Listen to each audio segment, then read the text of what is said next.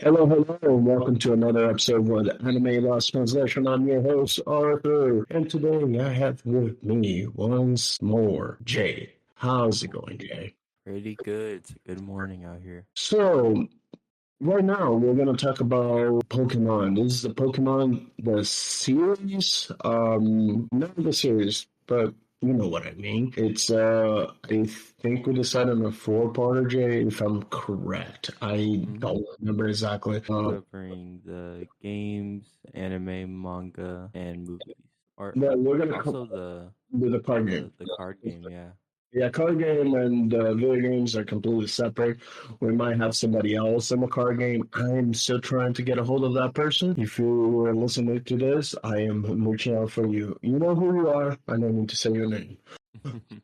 So we're still trying to figure out how we're gonna do that, but we're not talking about that today. We're gonna talk about Pokemon the movies in relation to the Pokemon the anime. There's a lot of similarities. There's a lot of differences. We're gonna cover bits parts of the show with the movie. I don't think it really matters which way we're going with this. Well, let's do it.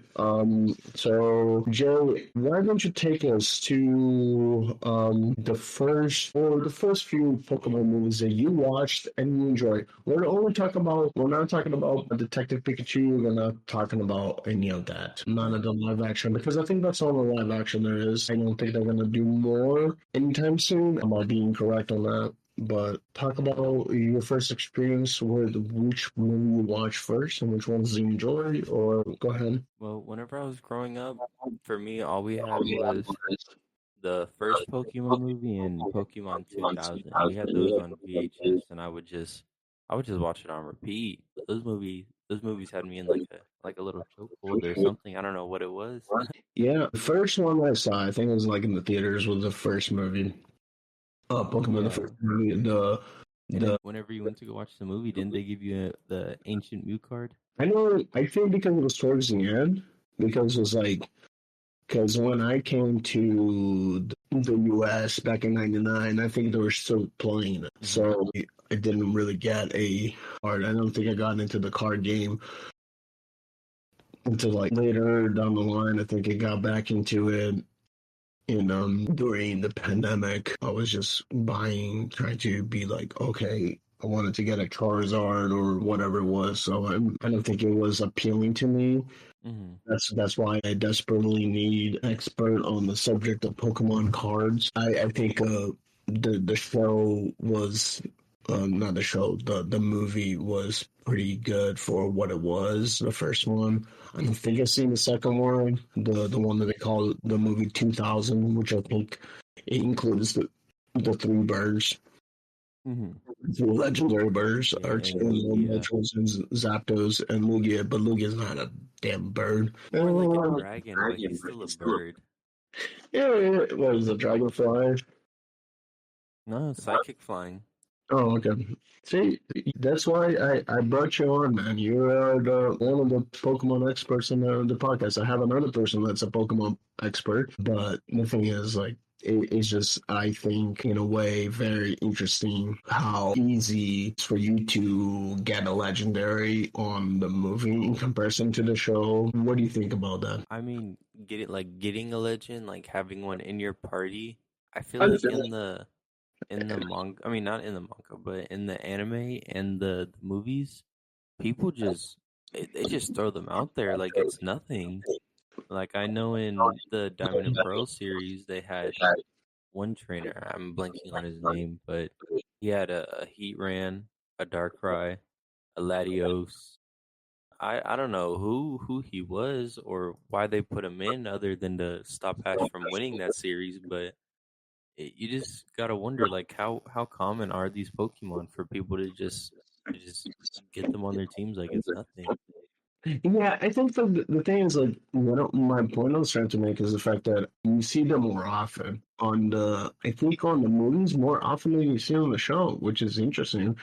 Yeah, you did have that trainer. I've blanking on his name. I think Tobias. I think that was his name. There you go. Yeah, Tobias. Tobias, and he had like a legendary team. It's like when you're playing. We talked about it a little bit last time. Was when I play Radical Red, and you see like this random Pokemon that have like freaking all the immunes towards your party. All the Mm-hmm. weaknesses were not taken into consideration, and some of them, funny enough, you were like in the second or third jam of the game. I kind of stopped because I got just really tired of Lindsay. So I had to move on. So I remember even down the line, you still fight legendaries on the gyms, which is like nuts to even think about.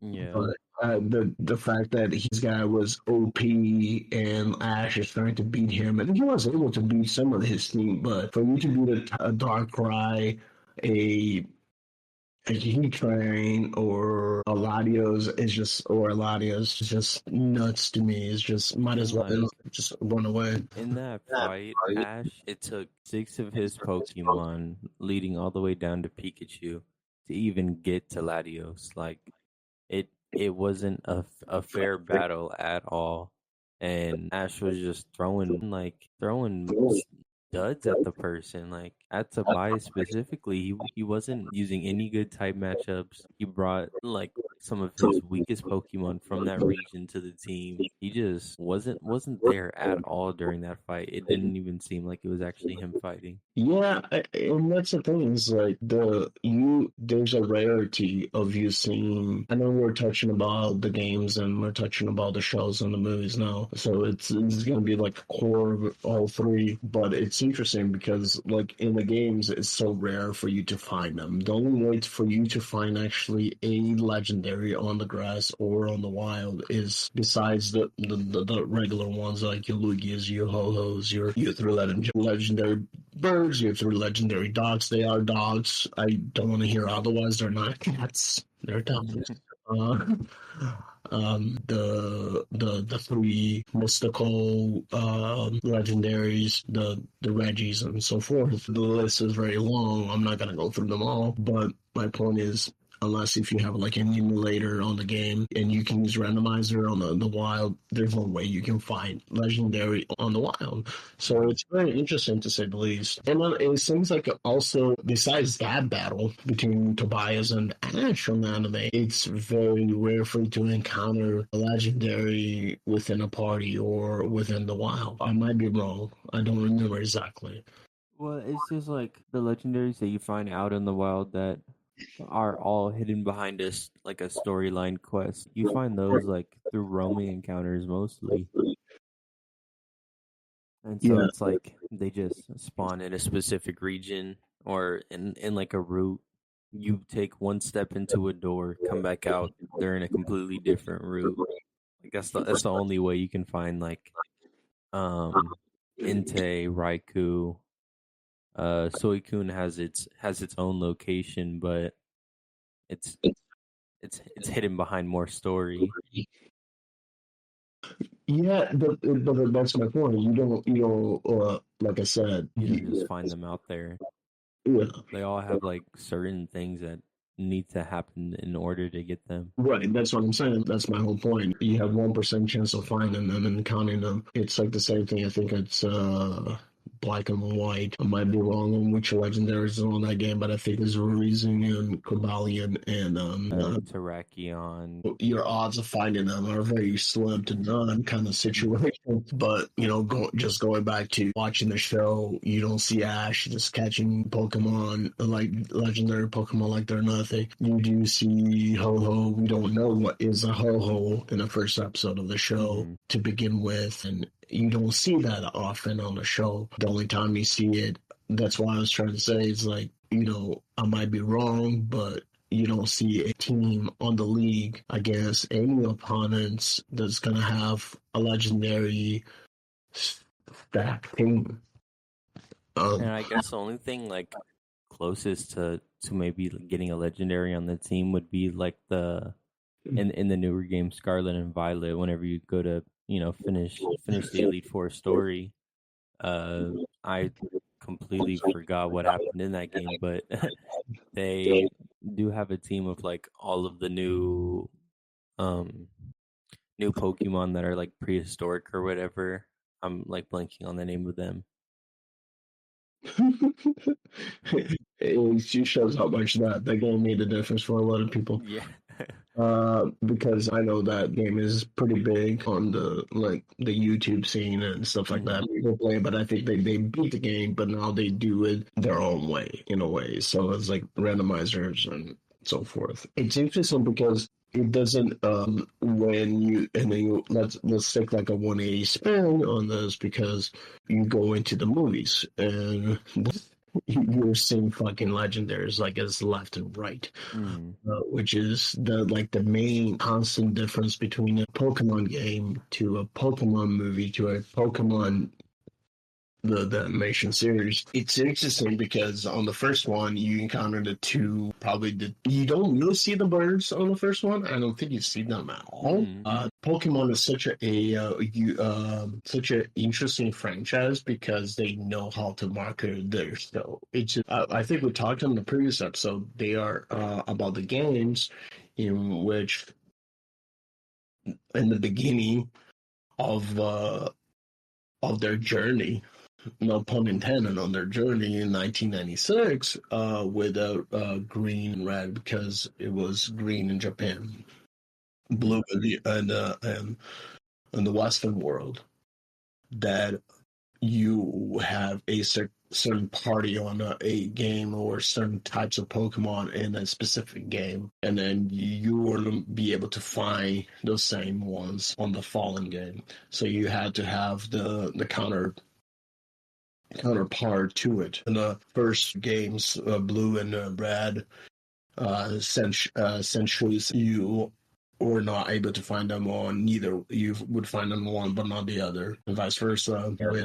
Game exclusive Pokemon. Right, and I think that was just a brilliant way of Pokemon to market their games, and I think they were brilliant enough on the first movie, the first movie, that has changed its titles multiple times. It has become Mewtwo Strikes Back, even though that's still, which is weird title, because Mewtwo doesn't really show up that episode. I think there's an episode dedicated to Mewtwo, but I think it's more of the shorts, which is a completely aspect of the Pokemon genre. Even though I like those shorts, I think it's just provides a different perspective on how to do the show itself. But it's like Mewtwo itself isn't really like, it makes sense that it doesn't pop up in any of the anime mainly at all, because it's not like really a Pokemon. Like, yes, it's in a Pokemon, it has its own Pokedex, but it's not, it's man-made, and it was made in a lab in a little test tube, and so I think it makes sense that it got its own movie instead of like incorporating it into the show somehow.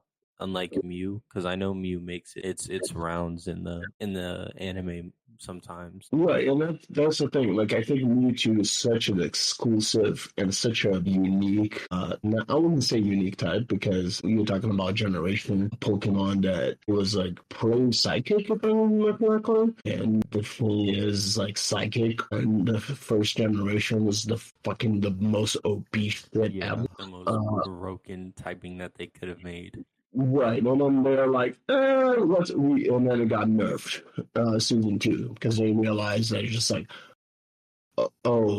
we created a monster, literally. We created a monster with no weaknesses. Exactly, yeah. Faster and do more damage than everybody else. Right, because everybody had a freaking Alakazam on their team, a Mewtwo on their team eventually. They had a Slowbro. It was like, it's countless amounts of damage that those Pokemon could do. And it's interesting how on the first movie, Mewtwo is OP, wrecking havoc on everything. Has his own island. He's cloning Pokemon. Let's see, what else does he do? He takes control of other Pokemon, of those clones and people. Right, because if I remember the story correctly, he either manipulates either Nurse Joy or Officer Jenny like his deeds. The voice acting is great on that movie too, with his voice. Is like that deep voice, and the whole idea of trainers not being good and humans being bad. That whole idea, he just like has such a analogies and how we portray Pokemon even to this day, Mewtwo has his time to shine. By itself, Mew is just kind of a subplot in that movie. What makes it more interesting is the fact that because he's very shiny, not shiny per se, but he's like the spotlight is on him instead of being on the birds, which is interesting because the birds have their own time to shine in the second movie. It's interesting how it goes back to the whole way that Pokemon, the company itself, knows how to fucking market their show. It was brilliant for me. I'm big into that kind of stuff because how convenient is that Mewtwo has his own movie and the birds are not nowhere near it. You know, you see those birds before you even see Mewtwo on the games. It's interesting, you know, to say the least. And it took another year for the second movie to come out. So, what are your takes on that?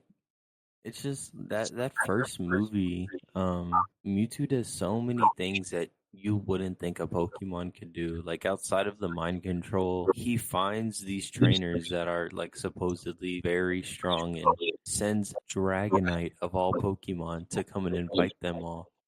Like who in the anime, who in the game would think, oh yeah, I'm gonna have a Dragonite as a courier to go and give these people letters so they could come and fight in this tournament. Yeah, he's kind of like Pokemon Advanced kind of mentality because he's like, hey, I'm going to use probably one of the biggest, heaviest hitters on the game to be part of it, which is interesting because, yeah, a lot of people at this point don't have a Dragonite.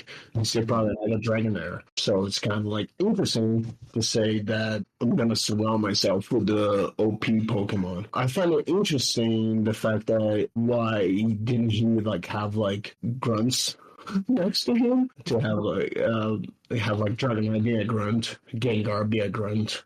But I think that would be like too much all at once because then you have like Dragonite, one of the most powerful dragon types on the first generation, if not the strongest. And if you have Gengar, one of the most broken ghost type there is on the game. So it's kind of like, no, it would have been too much. You know what I'm saying? Because take that idea of having Dragonite sending the carriers and all this stuff to like the next level and have Gengar be like, hey, I'm going to be your second man and command kind of situation. But I think that would have been too much. But yeah, I think the interesting thing on the first movie is the fact that he gives that moment Mewtwo to shine. In retrospect, it's like, Ash is still a dumbass trying to find a Mewtwo. It's like you're finding the most broken type of there is in the game for that generation. I don't know. It's just like the way Ash just attacks Mewtwo like it's nothing. It's just dumb.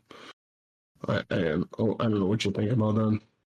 Yeah, he went in like it was a regular Pokemon. Like it wasn't about to rock his world without even moving a finger. Like Yeah, it's just like I find it kind of silly because when he controls all the clones and all that stuff, it would have been more interesting if there's actually a copy of a Misty, Rock, and Ash. That would have been an interesting take. They're like the evil Ash that actually knows how to do shit. mhm. And then Misty being like, okay, I don't really care about water types. I just want to be able to beat you and Brock, just being Brock and just being OP. I mean, that would have been an interesting take on it. But let's take a look on the second movie. The second movie, just like, funny enough, I was just looking at the Wikipedia page while we were talking, and it took place like a year after.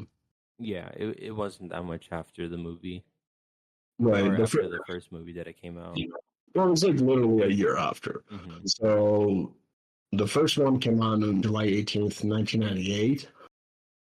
The second movie took place July 17th, 1999. So that was like the following year. Seems like they have a thing with July for the anime.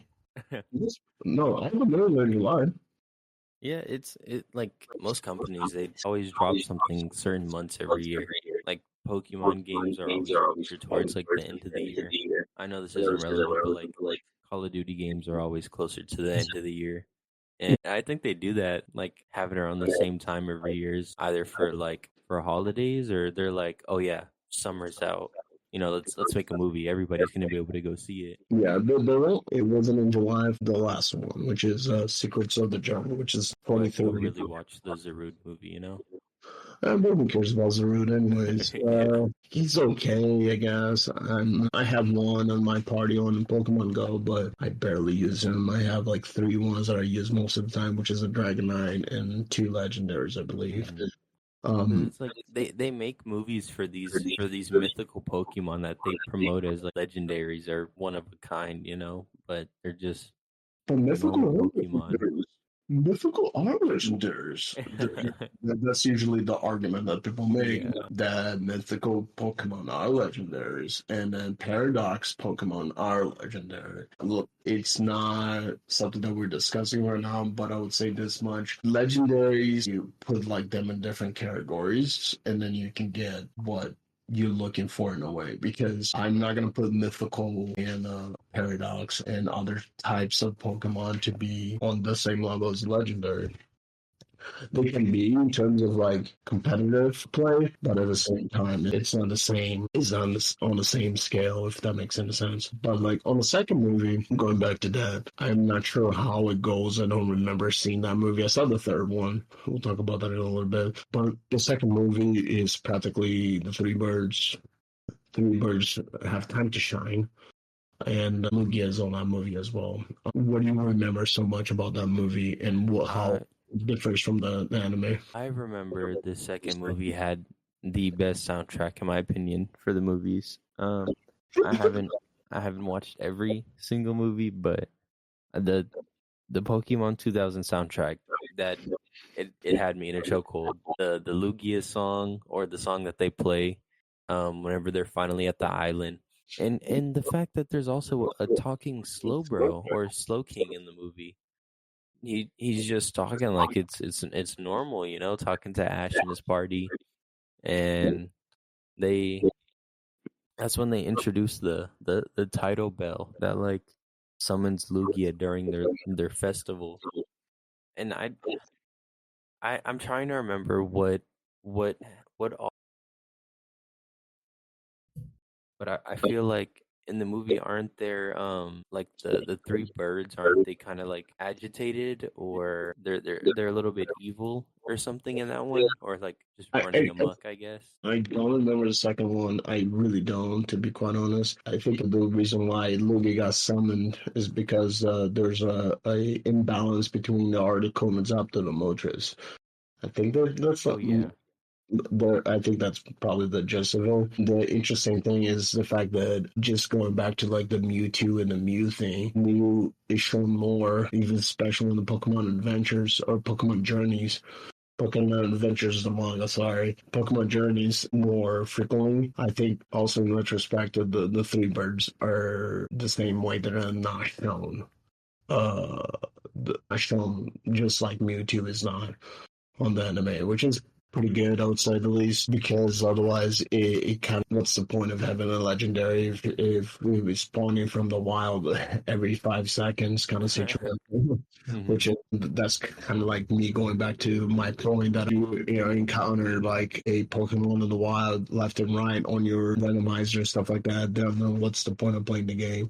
Even though I would say randomizing them on the games, which I did one point, which I did regular starters, but I did randomize it on the wild. But the interesting thing is that you have a like a Latias, to give an example, on a level 1. So you can move it up.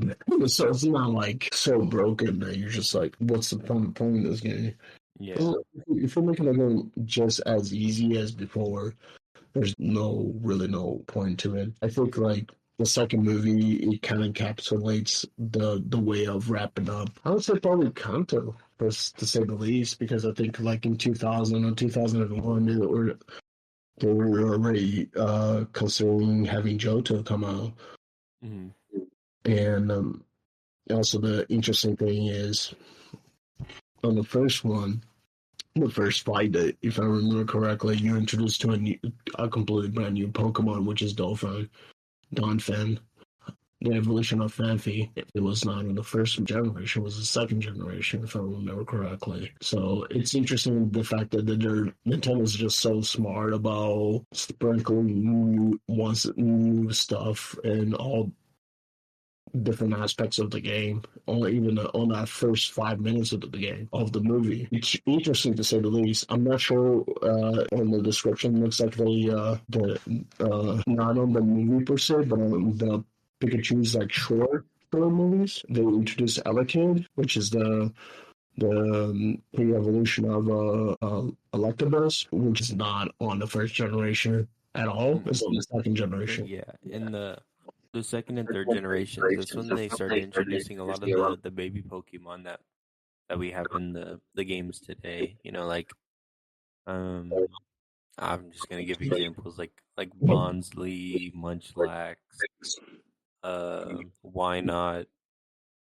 Why You not? know, they you know they introduced a lot more depth to some of the Pokemon that we didn't previously have, and a lot of those were just like missing evolution lines. You know, some of them felt like final evolutions, and some of them felt like they were just missing something.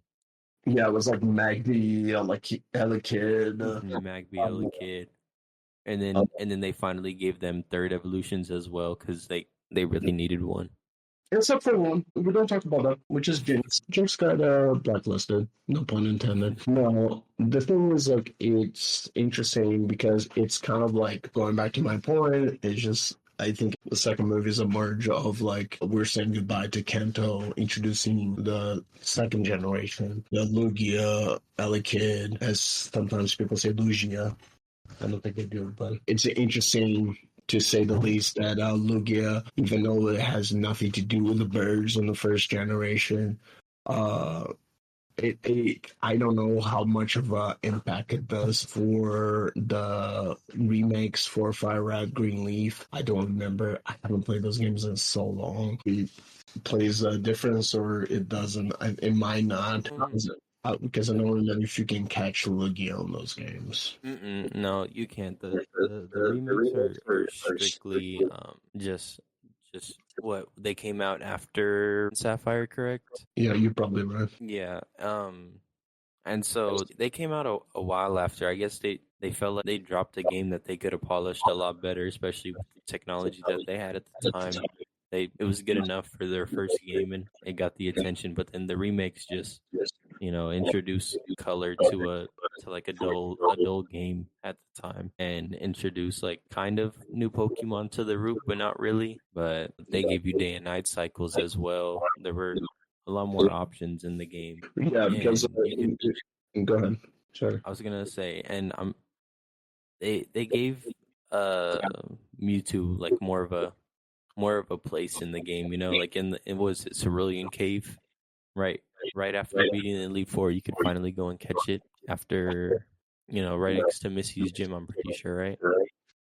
I'm pretty sure. I don't remember. I haven't played those games in so long, but if you want to give like the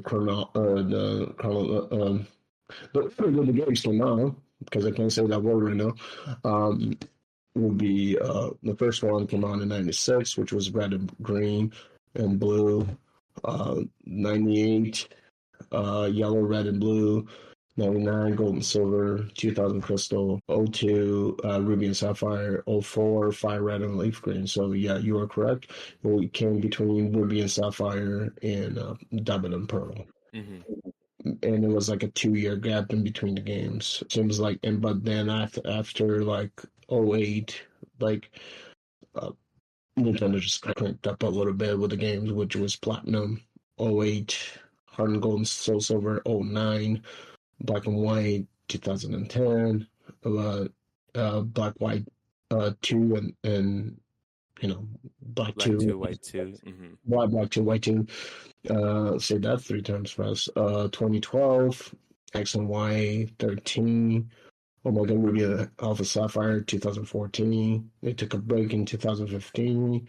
Sun and Moon 2016, Ultra Sun and Ultra Moon, no changes whatsoever. 2017, Kitty Baby version of Pokemon Yellow. 2018, Let's Go Pikachu and Let's Go Eevee.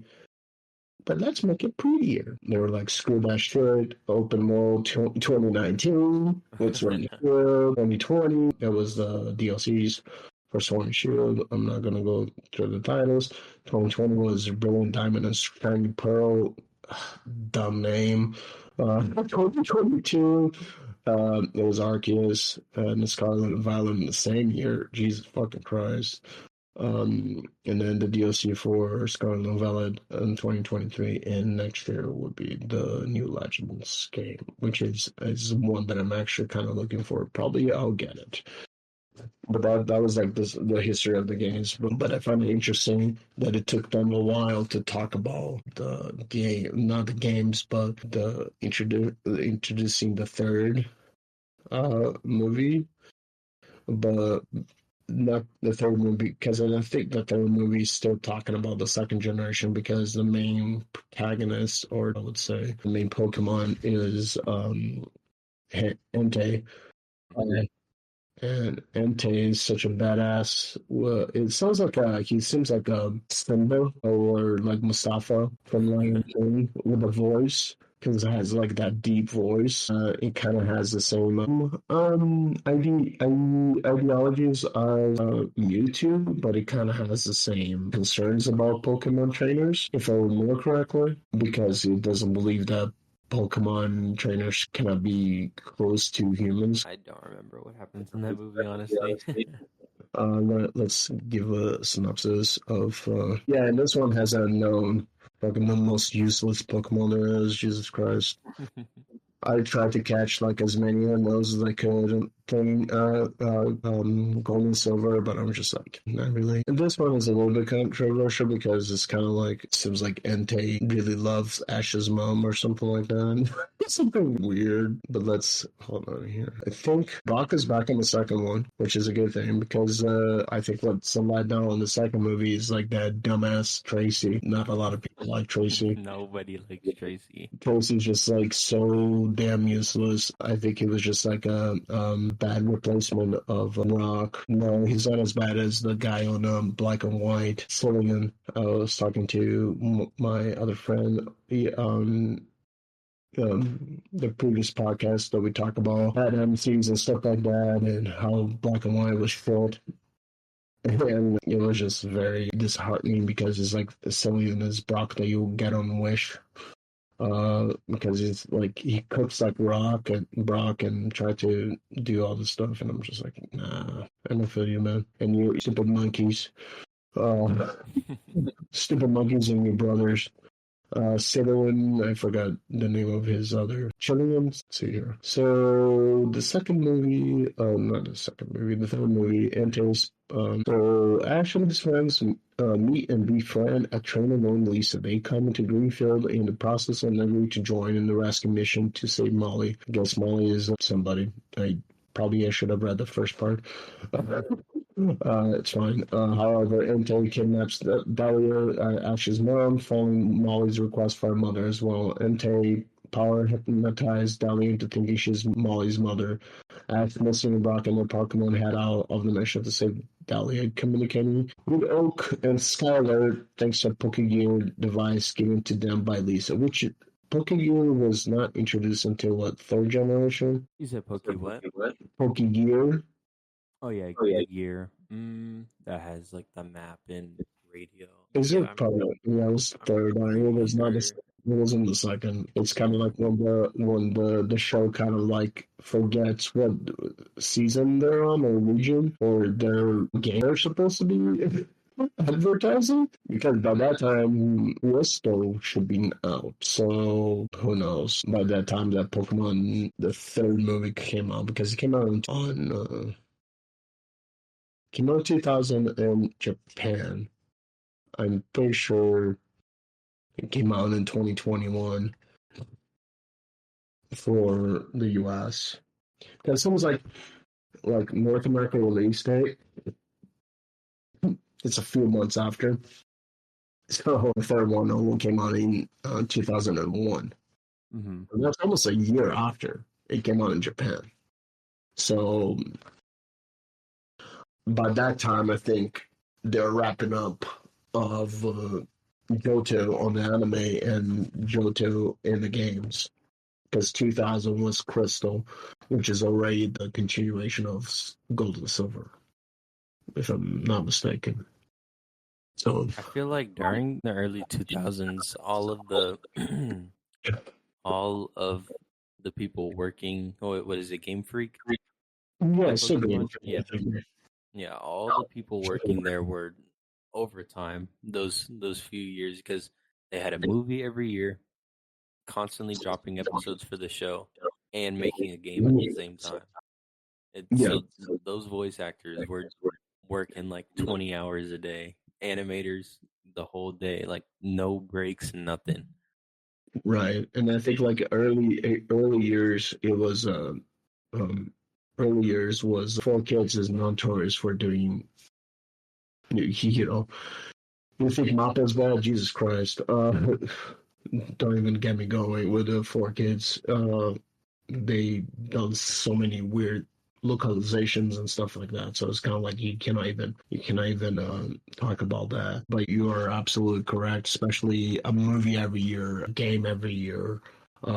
We show every Saturday morning, because they're trying to keep up. It's interesting. It's one of the rare occasions that, the whole point of this podcast is to be like, hey, did the movies or the anime translated well from its original material? And interesting enough, Pokemon has so many materials that derives from Mhm.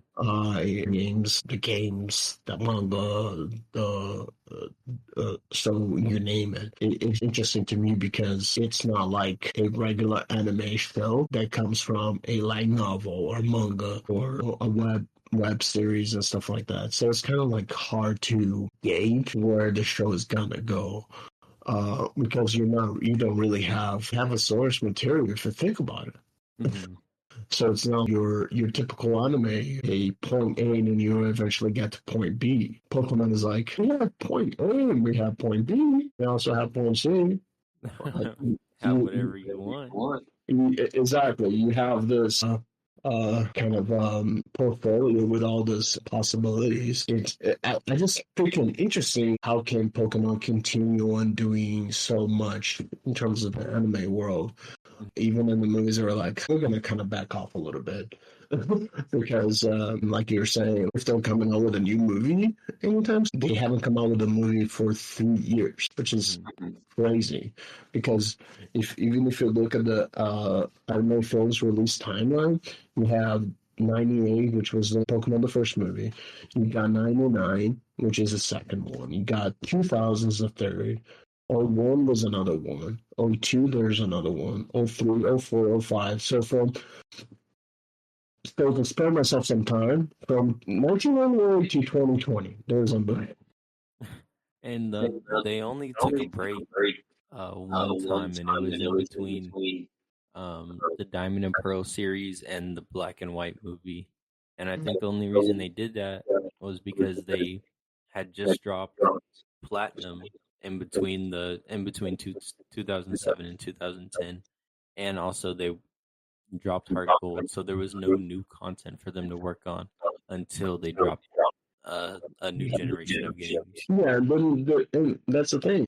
It goes back to the whole. I'm not gushing over Nintendo or Pokemon, the company, but the thing is, like, you can take away how they do their business because they are willing to take breaks. They're willing to take chances and smart choices in terms of how they're gonna do it, especially with the Pokemon, the movies, the anime series, and the games, the card games and stuff like that. It's just fascinating to the fact that, hey, we know we're being putting so much content, but why should we drop a new game or a new movie with no payoff? Because I think it took a while to for them to get a new cast with the movies. So hold on, give me a second. Yeah, so it's like slowly they introduce new characters through the movies. It's like they slowly introduce legendaries on the shows. Like the Pokemon Heroes is one. They introduced Latias and Latias. It's not, they don't do it all at once, which is pretty interesting to say the least. Because if you introduced all of them at once, then you just like be like, I don't know what to do here.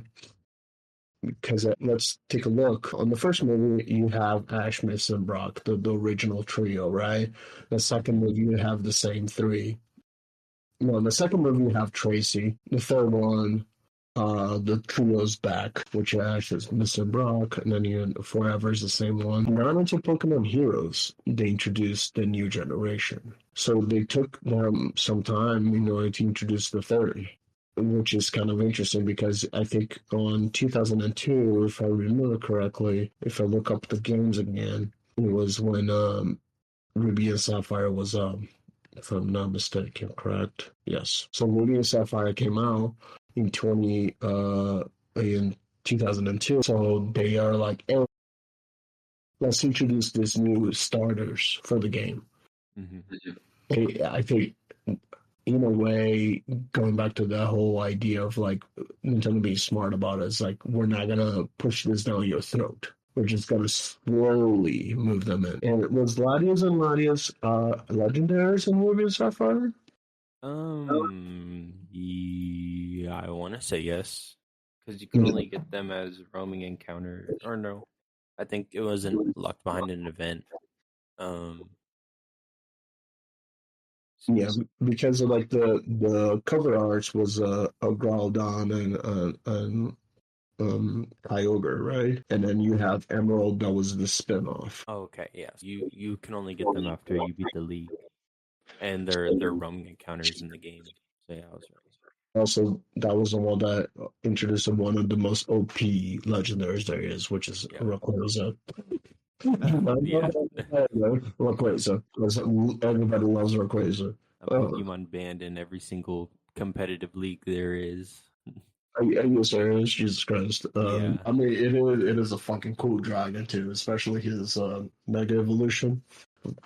It was like the idea of the fact that Nintendo knows is like, hey, I think this one is going to be marketable. He has one of the best abilities in the game. It can completely nullify weather. It can remove one of his weaknesses. I forget if it's his dragon weakness, or his flying weakness. But yeah, it's his flying weakness. He completely nullifies it. So what would be 4 times effective like against him as ice is just no more. It's just a regular 2 times effective move, or super effective move, I guess. And I guess it surpassed both Gold and Silver. It has the best selling game for the Game Boy Advance. And that's the thing, is like when you introduce like stuff slowly through a movie instead of, because I think that was before they started the new generation on the game, on the series, because it's a way of, it's kind of like, I don't know if Nintendo's doing that on purpose or anything like that, but they're like, okay, this is like a little sprinkle to what I to expect from this upcoming season, because I think that was the season they introduced May as the female character replacing Misty, and May, I think, for a lot of people is up there in terms of one of the best female characters for Ash as a companion. It's like May and Dawn and Serena down the line too. So, and Misty, I think like on the bottom of the totem pole was like the ones that are like came out of Sun and Moon and Black and White are the ones that people just despise. So I think it's pretty smart that they were able to introduce the game, introduce the movie, and I think slowly introduce it to the series. It's just like you said, like they were working nonstop for everything, so that's probably why it makes so much sense now. They're just like, oh, okay, I see you, Phil. There is one like conspiracy I want to talk about for the 4th Pokemon movie, Pokemon Forever. Because in that one, it goes back to this trainer named Samuel, and he finds a Celebi in the forest, and something happens and they go forward in time to like present day where Ash is, and Samuel at the time like befriends Ash, and they fight Team Rocket together. They figure out what happens with Celebi and why he can travel through time, or why it can travel through time, I mean. And Samuel sees this trainer with a Pikachu, and Brock and Misty, and like all their Pokemon. But it was really the connection between Samuel and Ash that was more important, because later on we get revealed that his last name is Oak. So Samuel Oak and Ash befriended each other before he even existed, like before Ash existed. And so the world would have ended, basically, is where I'm getting at, if Professor Oak did not give Ash his Pikachu, because it would have messed up the timeline from what it already was, or like everything that was already happening. And so that's the reason that he got a Pikachu and not one of the normal starters. Yeah. Mm-hmm. Yeah, I mean that it's I kind of had fun, and that's where that story was going. Because I think there's a fan made game that you play as Professor Oak. I forget the name of the game, but you play as Oak, and then and you're friends with Agatha, with Giovanni. It's a fan made, and the fact that you're trying to build the Pokemon League and you're trying to go through towns and stuff like that, and you play as Oak. Mm-hmm. Even though the game was made by fan made and stuff like that, it's interesting how, like, in the back of the success of Pokemon and stuff like that, you're able to see it was also in the back of the mind of the creation of Pokemon, or and like and like the fan made games, they give you a perspective that you didn't have before. Like, I know there's ones where you're a gym leader, you can choose what type of like Pokemon you want to be in your gym. You get to construct your team and have like different trainers come and battle you, or you like start the journey off as one of the other characters and like going through their battles and their hardships, I would say. And it's just like a nice little twist off of what we have, and it's just something different, that the Pokemon game company could release if they wanted to, because they have enough information and the technology to do it at a better scale with like little to no bugs or gaps in stories and anything like that. Yeah, I think that's the joy of the Pokemon fandom now, because you provides you with so many perspectives on different ways you can go with the game. And going back to one of my main points on this whole episode is the fact that it's so smart that even in the fourth movie it's about Celebi, but at the same time you have the Suicune being part of it too.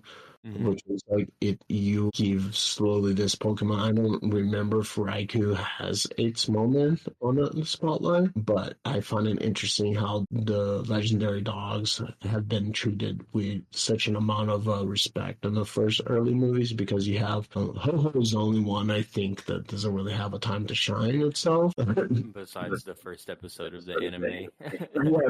Besides that, but you have like the first one, you have Mewtwo and Mew, the main legendary Pokemons besides the birds, and then you have the second movie, you have Lugia,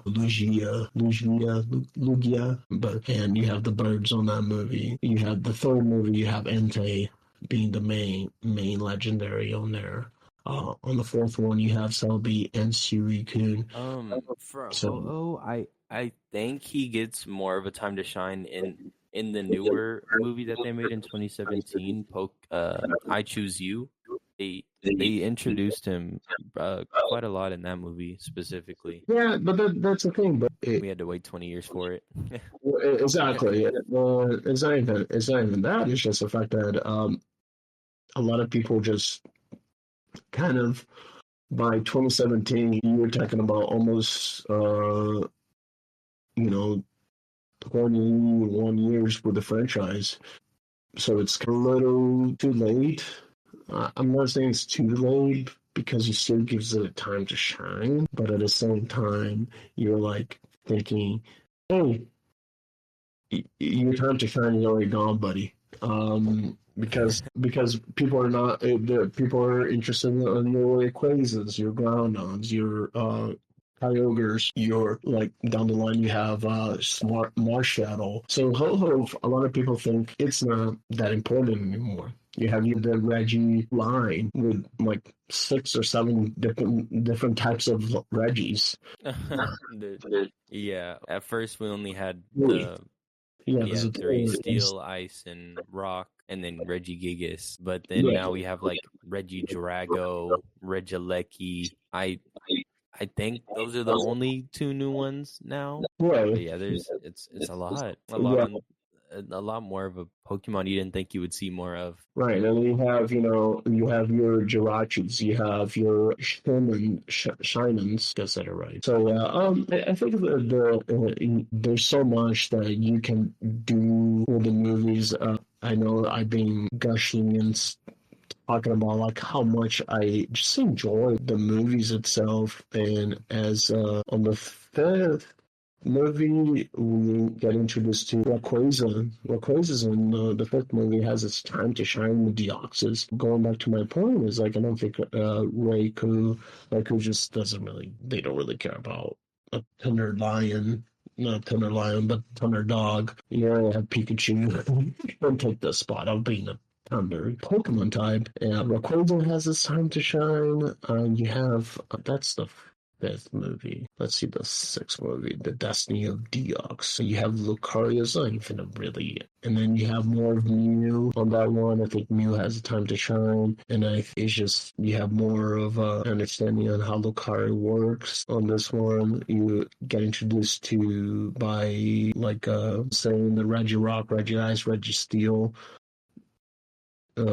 So you get introduced to the Regiline that expands the legendary pool on the Ranger, and you get another one that I think a lot of people don't mind. The legendary in this one, it's Metheny. It's introduced as another legendary. A lot of people don't like Metheny nowadays. I mean, it was introduced like 18 years ago. You have Darkrai get introduced, and then you have Palkia and Lugia. So you kind of have a different, more legendaries. Usually, if you play Pokemon Go, you can get Darkrai around Halloween and stuff like that. So you have that perspective with Dialga and Palkia on that one as well. Dialga's shiny form is absolutely. I think it took me like 9 tries or 10 tries to get a Dialga in the game on Pokemon Go, and for green. It's like the most common color they use for shinies. It's kind of not even. There's no point to it. And the next movie will be Giratina gets introduced. Sherman gets introduced. So you're seeing more legendaries being introduced. It goes back to the whole point of like you not really see them on the anime. Maybe on a final battle on a tournament, because I think that Pokemon is notorious for tournament arcs, and it's like it's part of the game. It's part of the mechanics of the game. So Giratina was a platinum, if I remember correctly. It was the mascot for Pokemon Platinum. And you got Arceus and the Jewel of Life. Arceus got some moment to shine on the latest game that came out a few years back with a Legend of Arceus. People say Arceus. It don't really matter how you pronounce it, but Arceus got introduced. And is a sequel to the 2008 movie. This movie came out in 2009. And Arceus is the god Pokemon. A lot of people love Arceus, so I'm not sure about how Jay feels about Arceus, but it's a good Pokemon. And like I said, it's a sequel. That's kind of one of the first sequels that you see with the Pokemon movies. You don't, like, even the original ones. From the first one to the second one, it's not that much. I will look at Zoroark. I think that's not this one. And okay, all right. So originally, when I was saying that Raikou didn't have its time to shine, and I'm still correct, because this one, you got introduced to the 3 legendary dogs. But it's weird because now you have a different Entei. Let me read the story on this one a little bit. So I don't know. So Zoroark. So they're not really.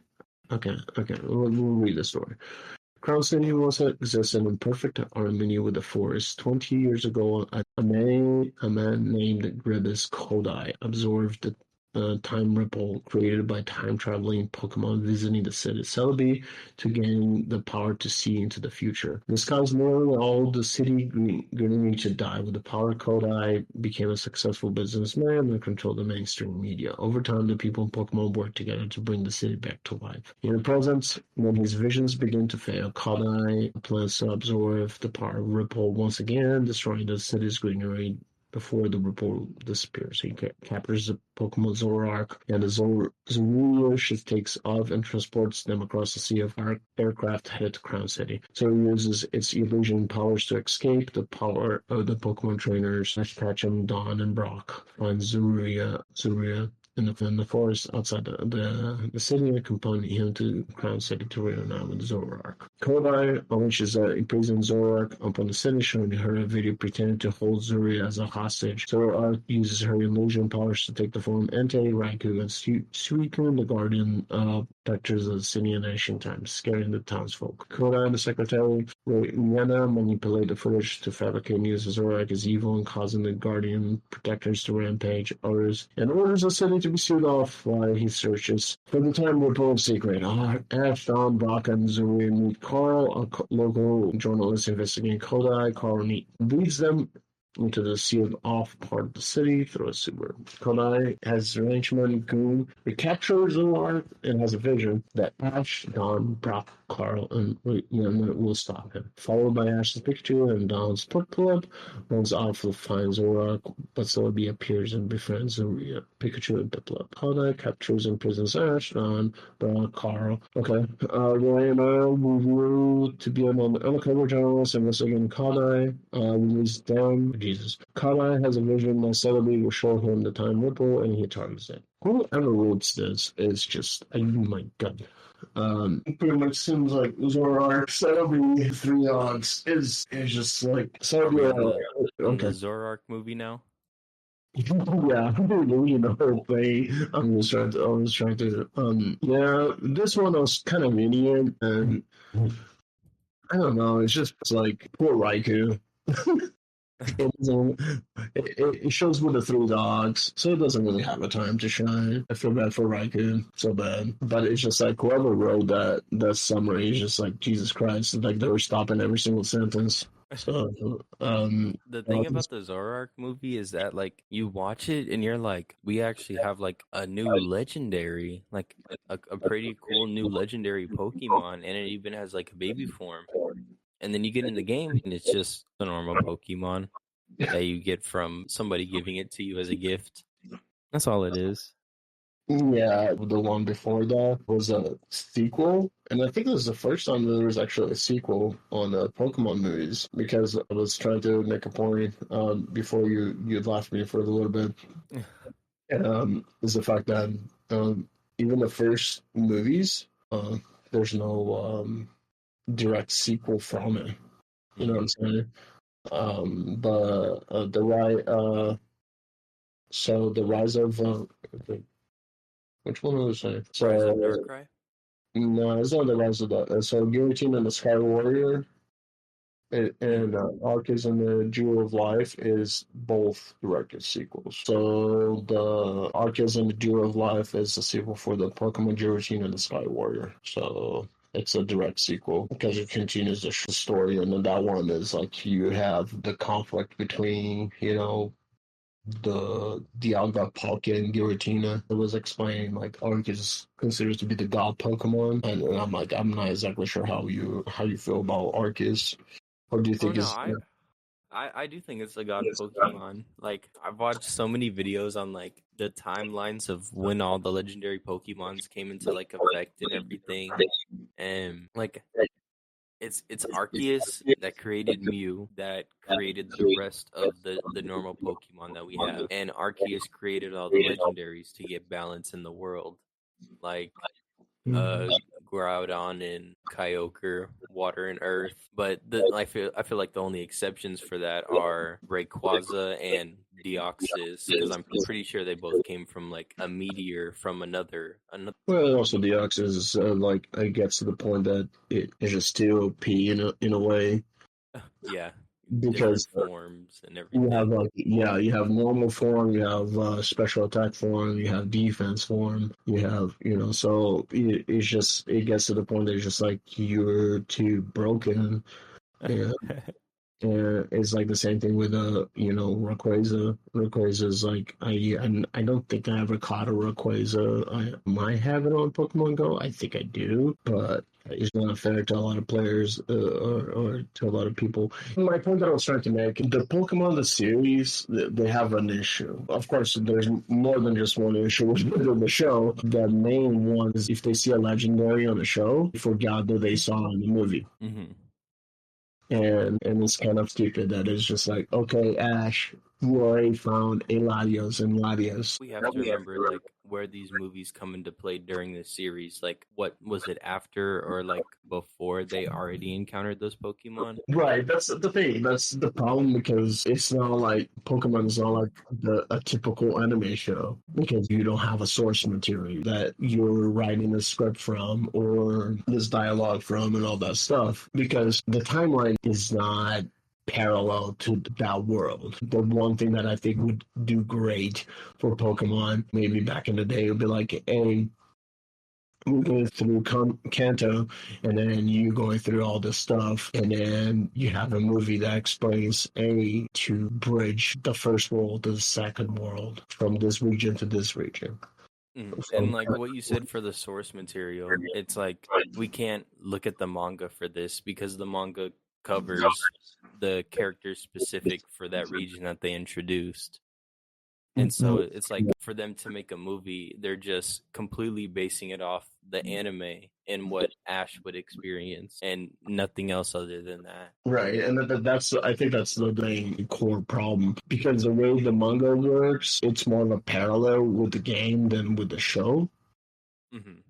Because it's kind of like, okay, the Pokemon Adventures, if you're talking about blue, red, and green, because I think Green makes an appearance as a girl. The manga, you have gold, silver, and crystal on the second part. So it's more parallel to the games than in the show itself. Yeah, but you do have a character that looks like May, looks like Dawn, but they're not called that. The only reason why they're probably called that is because is a localization situation again. Because interesting enough, Ash is not called Ash in Japanese. Trust me, he's not. Because the name Ash is practically short for Satoshi, the main character of Pokemon in Japan. Used to be. I mean, he was still 10, but he had to retire too many years in the business. But Satoshi is the creator of Pokemon. So interesting to parallel the name of the character in the Japanese version. I just wish that there was a better continuation with the show or with the movies than there is. Mm-hmm. But there isn't. And the thing, I like the fact that you see cool legendary in each movie, or you see the trios, you see the Reggies, you see the birds, you see the dogs, you see Celebi multiple times because I think that's another one that they're using it as a mascot for the whole franchise. Mm-hmm. You see Jirachi, you see Shaman, you see all these other characters. For Raikou doesn't really get time to shine. Hashtag we need more Raikou representation. Maybe it's a little too late now. The same thing with Ho-Ho. Because it took a while for Ho-Ho to just be like, oh, okay, in 2017, nobody really care about me anymore. It looks like I heard an argument, people saying that it looks more like a Thanksgiving dinner than anything, but that's a different story for this time. Because it looks like a turkey instead of a phoenix. For Ho-Ho. But anyways, the other good aspect of the movies is that I think like Nintendo realized when it was time to stop making the movies. Because they were like, oh, I think we're done for the time being. Because I think they're going to concentrate more of the live action because you do have the live action with Detective Pikachu. We won't talk about Detective Pikachu today because the fact that Jay hasn't seen it yet, so he doesn't really have much to say about it. I'm correct, right? You haven't seen it yet. I still have not. No. Okay, so yeah, we'll talk about Pokemon the live action, but I mean the thing is like I love the movies. They're nostalgic. If you are watching the show and you want to be like, hey, what's coming up on the upcoming season? Just watch the movie before you watch the series. Because I haven't looked it up, but I have a feeling that the movie might come out before the series starts, which would not surprise me one bit. The new movie? No. The movies when they come out before the series. Mm-hmm. So it's kind of like it's interesting to say that they're probably just like, hey, we do this before we introduce second generation, third generation, so forth. Because if you look at it, the first three for four first movies, they're still on the second generation. So it's kind of like I think that it's aware of them to be like, hey, we're gonna introduce a new one. And it's But usually like whenever they're introducing a new Pokemon, they'll kind of make a movie for it as well. And they haven't been doing that recently with the newer games that have come out. They've kind of been slacking on it or just making movies on older things or remaking a movie, you know?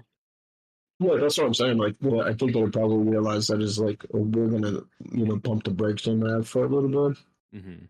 Because if you're doing a movie from, 98 to 2020, we're talking about 23 years of just making a movie every year. Mm-hmm. It takes guts and realization to be like, hey, I know this is a cash cow for us, but there's no point in doing it because I think it also probably the reason why they stopped doing that is because it was a completely new format for Pokemon. If you Mm-hmm. think about it, it was not like I'm going through a region and collecting Pokemon, getting all three starters and not doing a damn thing with them kind of situation. Because that's how it was the formula for the longest time with Ash going through the seasons. You know what I'm saying? So it's Mm-hmm. because Pokemon Journey was completely different than the Indigo League, so forth. So maybe that's the reason it's hard to introduce newer Pokemon if you're not following Ash's footsteps. Because 2020 was the last one that you saw Ash, and then now is a new character. So no, you don't have that. They don't have that appeal anymore of Ash being in another movie or another show. Now they have to just try and push a whole new lead character and not having the main Pikachu that we've had for the last 20 years. I feel like it's going to be a little bit more difficult for them, but people are still going to watch it because it's Pokemon. Right, yeah, the appeal is not there anymore because they don't see the new world with Ash's eyes anymore. They Yeah. see they really don't see it in there because there's no movie because it's kind of like it broke the streak of 23 years of making a movie after a movie, and they're even giving themselves time to make the games. So it's like if you look at the breaks of the games, they were doing 2 year intervals between the games before, and now it's like you don't see that anymore. You see, hold on, let me pull up the. And I feel like the only reason they're pushing Ash out is because they finally gave him a brain and they finally gave him some good Pokemon to let him win. And feel like just because they finally let him win something doesn't mean that they should completely just get rid of him from the series. Like I wonder if we're gonna see him like grown up in the new Scarlet and Violet series, or if he's gonna make any type of appearance at all. Yeah, that's the thing. It's just like I think the the problem is that a lot of people had towards Ash is the fact that it's hard to explain because a lot of people were watching the show back in the day. They were like, in their teens, Mm-hmm. or earlier than that, and they probably stopped watching the show because they're like, I don't relate with that person anymore. I'm not 10 years old anymore. Because if you start watching, like, for instance, like for me, like when this show started, I was 13 at the time, 96. And I, um, I'm still like into the stuff, but as years pass, I'm like, I don't know how to relate to this. character anymore. The Menace kind of like I don't. That's why like I watch shows like when I was at the age of the main character. Like I'm Hmm. gonna watch a show that I'm like, okay, I'm 14. The main character is 14. You know, so you just definitely changed the perspective of how to market to a new audience. I'm wondering if they're gonna show him like in his 30s and be like all of a sudden he like aged like 20 plus years. Yeah, they finally let him wake up from the coma. Like we need that type of time skip or something where he's actually grown. You know, has like a a nice full team of evolutions and everything. That's what we need as the watchers from this new series. Because I feel like them pushing Ash out completely is just it's not good because he's been here for so long. He's become like a staple of the whole entire series or animated series and movies at least. Yeah, and then that's the thing. I think that's why they like stopped making the movies, and the animated series is probably the next thing. I think they tried to do like a hard reboot because before, and me and Ben, another co-host of ours, were talking about this in the previous episode. And the problem that it with Ash at the time was that they were trying to reset, reprogram, rethink, whatever. That's the main thing. And I think this time they just went completely a whole different idea that you're just like, yeah, it's a reboot, but at the same time, it is just like you're erasing everything that has done. Is the same way that they treated going from Ruby and Sapphire, and then he went to Black and White, and it's like now he's dumb. He forgets everything. He forgets. Forgets all his matchups, forget just basic information that he should remember. Just because all he does basically is just travels from one region to another with his Pikachu and just no other Pokemon other than that. Right, and that's the thing. It's like that bridge between him going from one season to the other is not there. Same way the bridge is from one is not there to another because it's like the Pokemon the movies are just trying to be like, hey, it's a way of Nintendo saying like, hey, we have a new game. Hey, we got a new game. Hey, you know. It's just very difficult to be like I'm not sure what direction to take instead of just let's scrap everything. Let's just try to be original, but at the same, not really. Yeah, because how much more original can like the Pokemon series get? Because it goes back to the main point of them not having an original material. They don't have something to rely on. They are trying to be like, hey, on the first movie, we're going to introduce Mew and Mewtwo. They're Mm-hmm. part, the main core of the part, Mew not as much. But Mew has got a time to shine down more. And you're going to have the three birds. And you're going to have Lugia. And the third one, you're going to have a completely different legendary that we didn't talk about that didn't exist. You know, you have Entei. Mm-hmm. And then we're gonna introduce you Celebi, and we're gonna introduce you Deoxys, we're gonna introduce you Dialga, Palkia, you name it.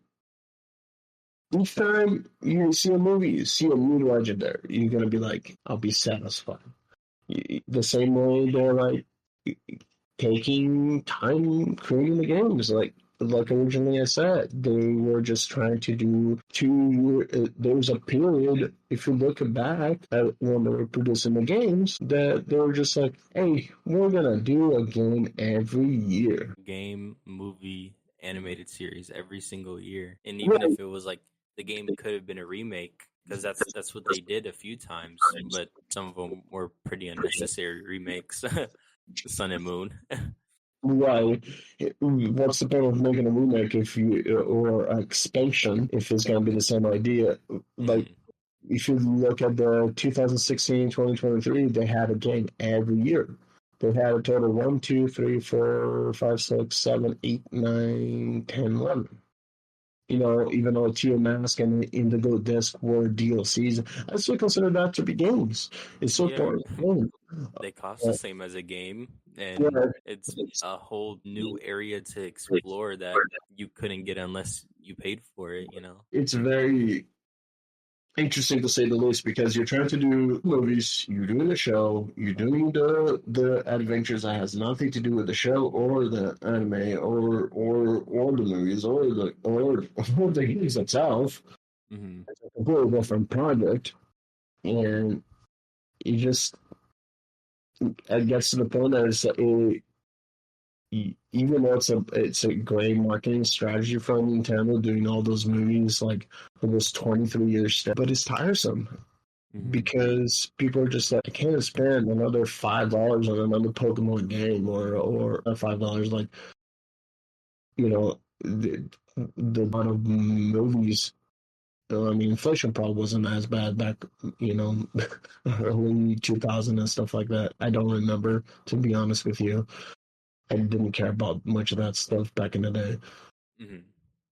But you look at those movies and you're like, I don't know if I can spend any more money on this new movie that just came out because they had a movie last year. And if I miss this movie, it's not really gonna matter because it's not really gonna matter to the story. You don't have that connection. I forgot that he saw in the Entei. Probably he forgets something in the movies that he saw in the Entei in the third movie, which is dumbfounded to me. And yeah, I think that pretty much does it for the movies. I wish we could talk more about the movies and how connects with the anime. It does not really do that. Mm-hmm. Is a They're in their completely own completely different different storyline, story. basically, or do they just insert it whenever they want to or whenever they feel like Yeah, it's like necessary? it's a way to introduce the new characters, the new members. Mm-hmm. It's a way of Nintendo saying that here, buy our new game because we want you to spend money on our new game. Yeah, it just to me, it's hard to explain, to say the least. With the movies is its own different entity, like I said. It's gonna be a very interesting parallel moving forward with other shows that we'll cover. But Mm-hmm. sometimes you have that disconnect in unfortunate with the problem Pokemon, it doesn't have really a source material that it derives from. It doesn't have a manga that is like, piece by piece. No Um, graphic novel either. I think later on they do start introducing Ash, which just kind of takes it away from the manga. Mm-hmm. To be quite honest, I like the whole idea of like, oh, you're watching black and white on the TV. Don't do that for your own sanity. But black and white being the two main protagonists on the manga feels better than just having Ash going through the regions just like he goes through at the anime. I don't know if I think down the line they do have Ash being the main protagonist on the manga itself too. So they're trying to close that bridge between the show and the manga itself. The same way they did Pokemon Yellow, you're practically Ash on the game, and you're also Ash on Let's Go Eevee, Let's Go Pikachu, the baby version, like I said earlier. Mm-hmm. So I think that pretty much does it. If you want to watch any of the movies, I would recommend any of the earlier ones. I don't recommend any of the older ones. The later ones. I'm sorry. I kind of almost contradicted myself on that. Watch Mewtwo Strikes Back and watch the original, the first movie, 2000. Entei 1 is pretty good too. I don't remember the Celebi one. I think it's Saba one. But yeah, you feel like a cool legendary by the game, I suppose. Because some of those movies it doesn't necessarily tells you how much the legendary can do. It's just Mm-hmm. introducing your legendary, be like, okay, Ash has to fight them, copy and paste. I think Kuji said it best earlier is the way it's nostalgic, the first two movies for Pokemon. I think it plays more with your emotions more than the later movies. So yeah, I think that pretty much does it for me. But there's before we head out, I am gonna ask our question.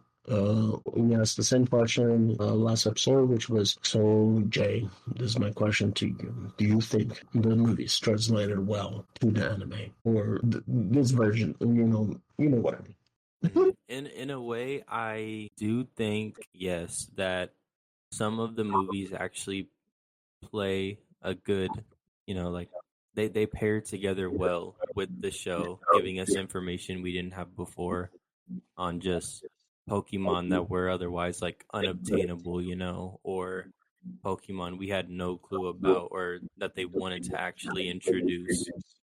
And I do think it it played a good role between movie and the show. Yeah. I think to answer the same question, do I think the movie's translated well to the anime? To me, that's a yes or no kind of situation. Hmm. Yes, it did provide us a different perspective on how a certain Pokemon is going to react to a situation. However, it gives you that false hope that you can find an Entei in the wild, a Sunkune in the wild. Find a Mew or Celebi flying around. Correct, yeah. Unless if you're the only game that I could say that translates it well to is from like Pokemon Go to the, but not necessarily because the only way to find legendaries on even on Pokemon Go is like you have to do raids, so Events. all that fun jazz. Hmm. So I think yeah, the gap between the movies and the show is just it doesn't do it for me because it's just like there's a reset every time because it's kind of like yes, I understand that the timeline might not be the same, but at the same time, why Ash is confused that he just saw Mew, or even on Pokemon Journeys when he sees Mew, he's like, oh, I knew. It's like, he's not even shocked or anything like that. It's like it doesn't make any sense. The problem with the show itself, it doesn't look at it PVC to tell you the story. We'll talk about just the Pokemon series by itself. Yeah, Or like all that together. all together because it's gonna be another 2 hour episode. Right.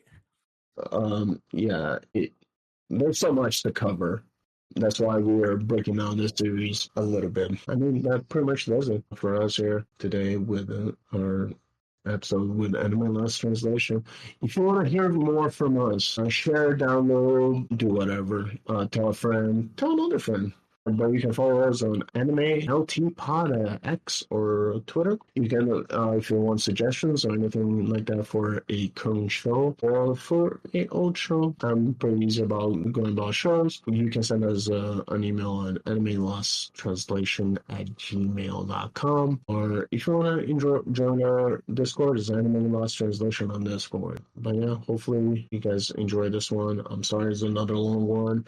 We're probably going to have longer ones like this. How I'm just saying for future reference. There's going to be some shorter ones, but the Pokemon ones is just so much to cover. That's why we're breaking down this series in 2 parts.